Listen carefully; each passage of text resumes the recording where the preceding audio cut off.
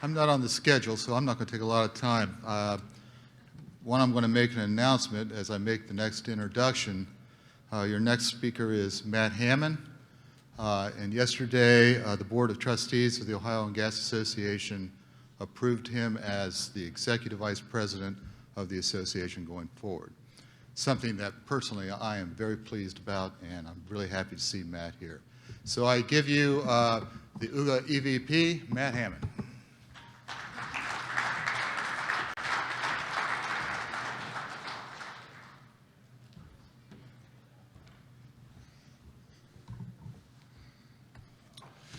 Good afternoon.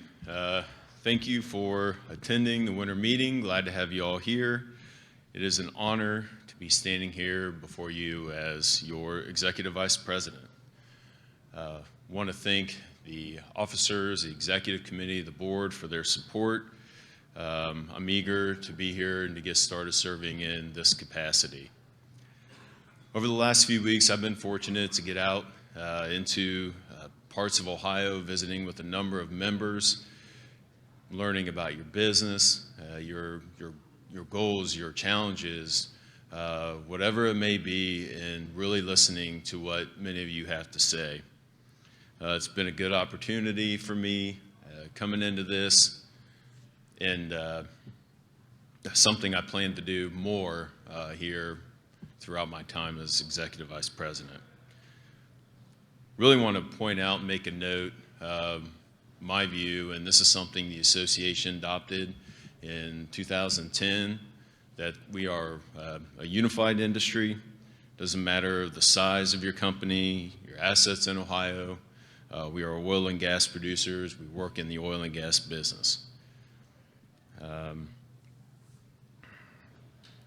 We've been very busy over the last couple of months executing your mission, identifying ways to better serve our members.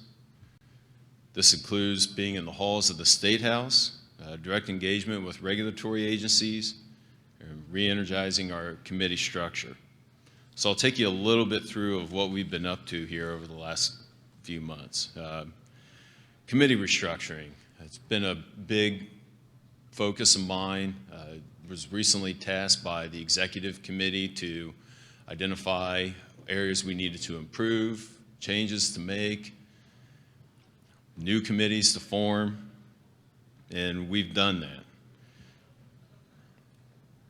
We are going to establish a robust committee process here within the Ohio Oil and Gas Association. It is my expectation from our staff who cover committees and the committee chairman that we're going to meet frequently. We're going to have great dialogue over all the issues and challenges that this industry has and how we're going to work collectively as one industry to address all those. The real purpose and driver behind it, in my view, is increasing member engagement and developing a good format for OOGA staff and our members to communicate on a regular basis. There's a lot of expertise sitting in this room and within this membership, and I believe it is our responsibility, and this is a good opportunity and way to tap into that expertise. Committees will work on issues simultaneously in a cooperative fashion to make recommendations to leadership with the goal of advancing your agenda with the legislature and regulatory agencies. So I'll just highlight a couple that we've really focused on. The Environment Committee is going to be our key regulatory committee. We're going to break it up into some subcommittees covering air, water, subsurface. We're continuing to work on finalizing that.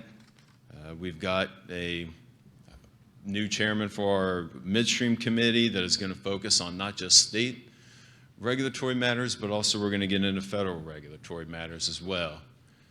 Those two committees, in my view, will work hand in hand.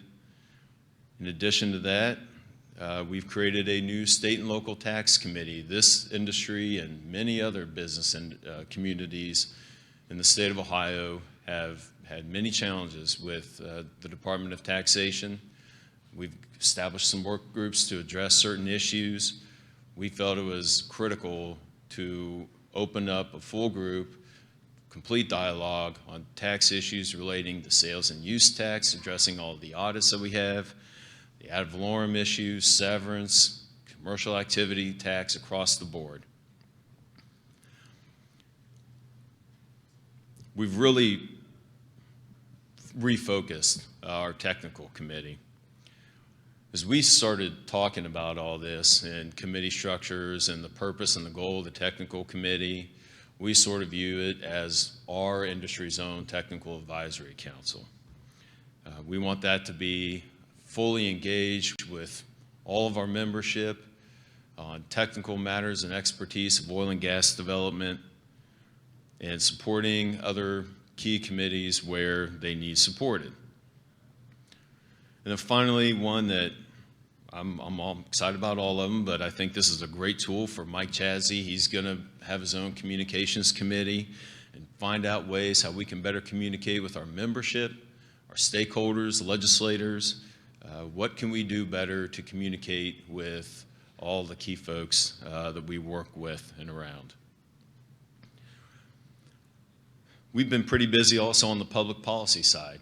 I'm not going to get into a lot of the details on this because here at 3:15 we have a legislative breakout session that's sponsored by our Government Affairs Committee. We've got legislators who are extremely active and helpful, frankly, to this industry attending. We've got the Speaker of the House, Senate President Pro Tem, and another key folks. So I'm not going to give you all the details and what we've been doing public policy-wise, but I can tell you we've got 3 major pieces of legislation out there. We're working on an idle north and well bill, establishing a robust idle north and well plugging program, and working out administrative factors of that, how we're paying for that. That has actually, it's a House bill, cleared the House by a vote of 92-0, and is currently in the Senate. We've got a lot of momentum over there. We also have a sales tax bill that clarifies sales tax exemptions for the oil and gas industry. That also started in the House, passed 85-12, and that too is sitting in the Senate going through the committee process. And finally, bill, something that this industry and Tom Stewart know a lot about, what is an affected mine? We've got a bill out there that creates a definition, establishes a fair, balanced appeals process. That's a Senate bill and still working its way through Senate Energy and Natural Resources. We've got a lot of information to share about that, and we've got a lot of the right legislators who are going to be in the room, so I encourage you to go to the legislative breakout session. We're working with members of leadership in both chambers. We're working with Republicans and Democrats. We've been successful in establishing, reestablishing relationships with particularly Democrats within the House and Senate. That's why we've been successful over in particularly the House chamber. A lot has been going on. We are constantly in the halls of the State House. We are saturating legislators to push agenda that has been established by this association. So that's what we've been doing. So I want to look forward for a minute and talk a little bit about what can we expect. The word that I've constantly keeps popping in my head is urgency. We want to urgently get legislation passed. A lot of these issues are very time sensitive and of critical importance to this membership. That's going to be a key theme for me and for our staff as well. We've been successful so far. We've got a lot of work ahead of us, but we're not always going to be successful, but we will strategize and approach every way possible to achieve success for you. We've been in regular communication with our regulatory agency, Department of Natural Resources.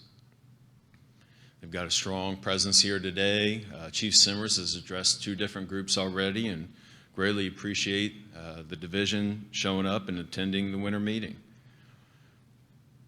The relationship has been a little rocky, but we're putting it back together. We're talking. The dialogue's been good. There are a lot of rules out there that we have to work on with the division, and I think we're making strides. We've been talking to the division about issues like the Form 10, the Idle North and Well bill. They got a 5-year rule review coming up, and now possible draft rule on simultaneous operations. May not agree on everything, but we're communicating with each other, and we're finding some areas where we could probably find some common ground.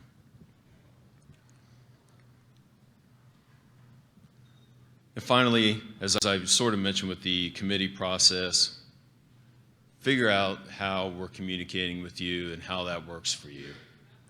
We want to make sure we're effectively communicating. We're going to develop a regular communications piece for legislators so we can keep them updated on what you're doing, whether it's your business, things you're doing in the community. They need to understand that, and they need to hear from us about the positive impacts this industry is having in the state of Ohio. Not just Eastern Ohio, but the ripple effect goes from Eastern Ohio to Western Ohio, Northern Ohio to Southern Ohio. So I'll wrap up here, but I would be remiss if I didn't mention the talented staff that works for this association. I've known a lot of them for a while. Back when I was a staffer in the legislature and as a member and a consultant. But it's a really unique perspective to see how hard all of these people work for their membership, to advocate for you. I've enjoyed getting to see it within the walls of the office on a daily basis. They're committed to working for you and representing you. And my job is to make sure they have the tools necessary to get the job done. So finally, I want to thank this organization again for placing their trust in me to work for you and be an advocate on your behalf. This is a great opportunity for me, and one that comes with great responsibility and one that I don't take lightly. I'm excited, I'm humbled. The future of this industry and this association is bright, and I am extremely thankful for the opportunity, and I'm ready to get to work as your Executive Vice President.